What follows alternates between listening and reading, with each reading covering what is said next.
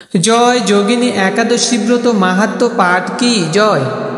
ব্রহ্মবৈবর্ত পুরাণে আষাঢ় মাসের কৃষ্ণপক্ষের একাদশী ব্রত মাহাত্ম্য যুধিষ্ঠির শ্রীকৃষ্ণ সংবাদরূপে বর্ণিত আছে।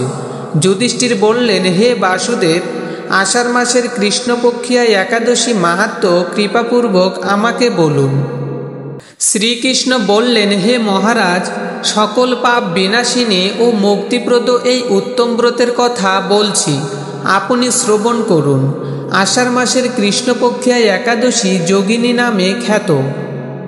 মহাপাপ নাশকারী এই তিথি ভবসাগরে পতিত মানুষের উদ্ধার লাভের একমাত্র নৌকাস্বরূপ।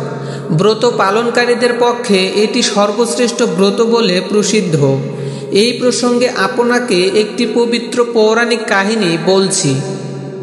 অলকানগরে শিবভক্তপরায়ণ কুবের নামে এক রাজা ছিল। তিনি প্রত্যহ শিব পূজা করতেন। তার হেমমালী নামে একজন মালী ছিল। প্রতিদিন শিব পূজার জন্য মানস সরোবর থেকে সে ফুল তুলে যক্ষরাজ কুবেরকে দিত। বিশালাক্ষ্মী নামে হেমমালীর এক পরমা রূপবতী পত্নী ছিল। সে তার সুন্দরী পত্নীর প্রতি অত্যন্ত আসক্ত ছিল। একদিন সে তার স্ত্রীর প্রতি কামাসক্ত হয়ে পড়ল। রাজভবনে যাওয়ার কথাও ভুলে গেল। বেলা 2 প্রহর অতীত হল। অর্চনের সময় চলে যাচ্ছে দেখে রাজা ক্রুব্ধ হলেন। মালীর বিলম্বের কারণ অনুসন্ধানে এক দূত প্রেরণ করলেন। দূত এসে রাজাকে বলল সে গৃহে স্ত্রীর সাথে আনন্দে মত্ত। দূতের কথা শুনে কুবের অত্যন্ত রেগে তখনই মালীকে তার সামনে হাজির করতে আদেশ দিল। এদিকে মালী কুবেরের পূজার সময় অতিবাহিত হয়েছে বুঝতে পেরে অত্যন্ত ভয় পেল। তাই স্নান না করে সে রাজার কাছে উপস্থিত হল। তাকে দেখা মাত্র রাজা ক্রোধবশে চোখ রাঙিয়ে বললেন, হে পাপিষ্ঠ দুরাচার, তুই দেবপূজার পুষ্প আনতে অবজ্ঞা করেছিস। তাই আমি তোকে অভিশাপ দিচ্ছি, তুই শ্বেতপৃষ্ঠগ্রস্ত হয়ে যা এবং তোর প্রিয়তমা ভার্যার সাথে তোর চিরবিয়োগ সংঘটিত হোক।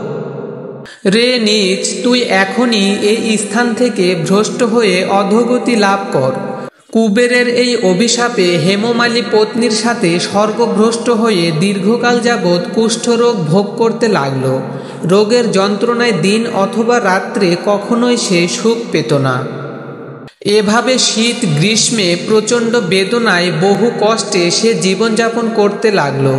কিন্তু দীর্ঘদিন মহাদেবের অর্চনের ফুল সংগ্রহের স্বীকৃতি ফলে সে শাপগ্রস্ত হয়েও বৈষ্ণবশ্রেষ্ঠ শিবের বিস্মরণ কখনো হয়নি। একদিন হেমমালী ভ্রমণ করতে করতে হিমালয়ে শ্রী মার্কণ্ডেয় ঋষির আশ্রমে উপস্থিত হল। কুষ্ঠরোগে পীড়িত সপত্নী হেমমালীকে দর্শন করে শ্রী মার্কণ্ডেয় তাকে জিজ্ঞাসা করলেন, তুমি কার অভিশাপে এই রকম নিন্দনীয় কুষ্ঠরোগগ্রস্ত হয়েছ? সে উত্তর দিল, হে মুনিবর, রাজা ধনকুবেরের আমি ভৃত্য ছিলাম। আমার নাম হেমমালী। আমি প্রত্যহ মানস সরোবর থেকে ফুল তুলে শিব পূজার জন্য রাজাকে দিতাম। কিন্তু দুর্ভাগ্যক্রমে একদিন স্ত্রীর মনোরঞ্জন হেতু কামাসক্ত হওয়ায় সেই ফুল দিতে বিলম্ব হয়। রাজার অভিশাপে এই রকম দুর্দশাগ্রস্ত হয়েছি। পরোপকারী সাধুগণের স্বাভাবিক কর্ম। হে ঋষিশ্রেষ্ঠ, আমি অত্যন্ত অপরাধী। কৃপা করে আমার প্রতি প্রসন্ন হন। তখন দয়াদ্রচিত্ত মার্কণ্ডেয় মুনি বললেন, হে মালী, তোমার মঙ্গলের জন্য শুভ ফল প্রদানকারী এক ব্রতের উপদেশ করছি। তুমি আষাঢ় মাসের কৃষ্ণপক্ষের যোগিনী নামক একাদশী ব্রত পালন করো।